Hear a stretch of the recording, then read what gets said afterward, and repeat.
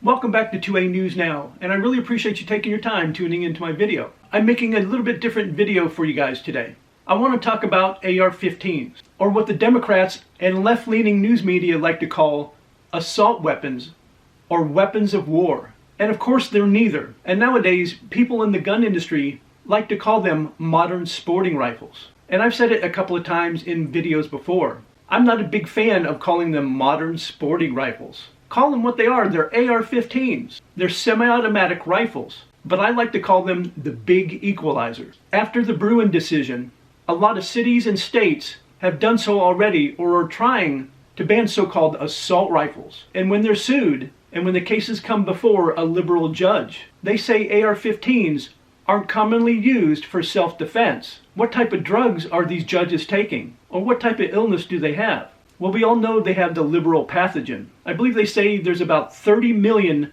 AR-15's in citizens' hands in the United States. Personally, I think it's more. And if you go with the 30 million, that's not commonly owned or commonly used. We've seen time and time again where AR-15's have been used in self-defense or home defense situations, stopping mass shooters. I'm going to play you a 25-second clip of something that just happened recently, where 3 armed men with pistols are kicking in the door of someone's house, yelling "Police, Sheriff," but soon they got a taste of their own medicine when the lead started flying their way. And you'll see them run like the cowards that they are.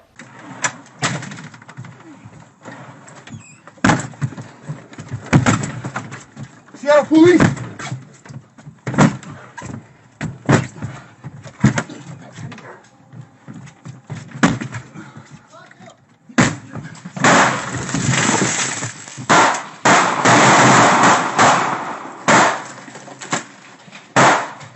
I'm not saying the weapon that was used to make those cowards run away was an AR-15, but it shows you that you need a firearm to protect yourself, your family, and your property.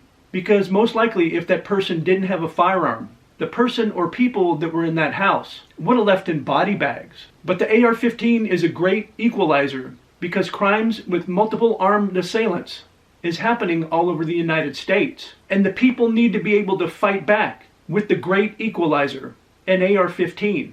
And now we just want to show you a few images. Over the past couple of years, what Joe Biden has had to say about so-called weapons of war or assault weapons, as well as news media and people who have made signs for demonstrations. Weapons of war have no place in our communities. We need to ban assault weapons and high-capacity magazines. It's long past time we take action to end the scourge of gun violence in America. As president, I'll ban assault weapons and high-capacity magazines, implement universal background checks, and enact other common-sense reforms to end our gun violence epidemic.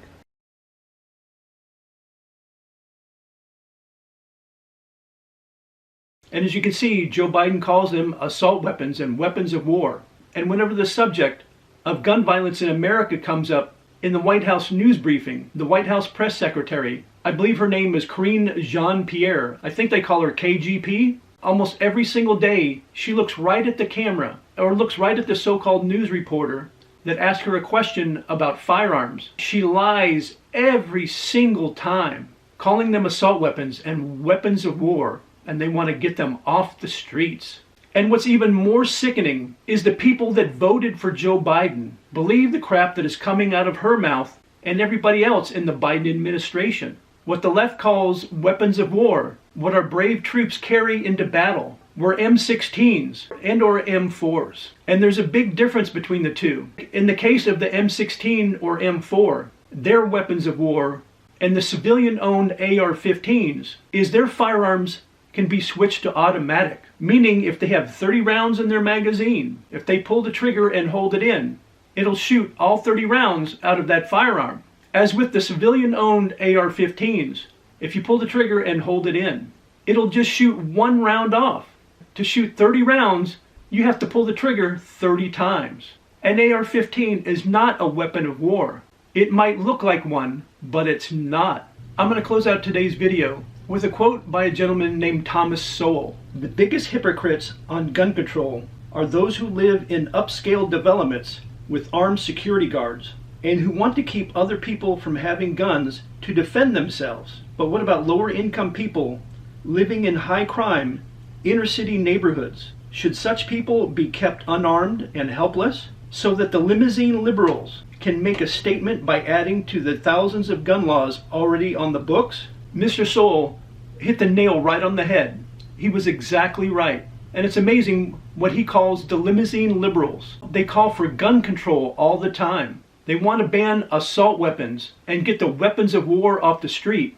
But also those are the same people who have armed protection and live in walled or gated communities, which makes them hypocrites. As always, I would really like to hear your thoughts about today's video in the comments section down below. And if you enjoyed this video, and if you also want to help the channel out and help it grow, please take a few seconds out of your time to like, share, and subscribe and hit those post notifications. I really would appreciate it. And I invite everybody back to see my next video.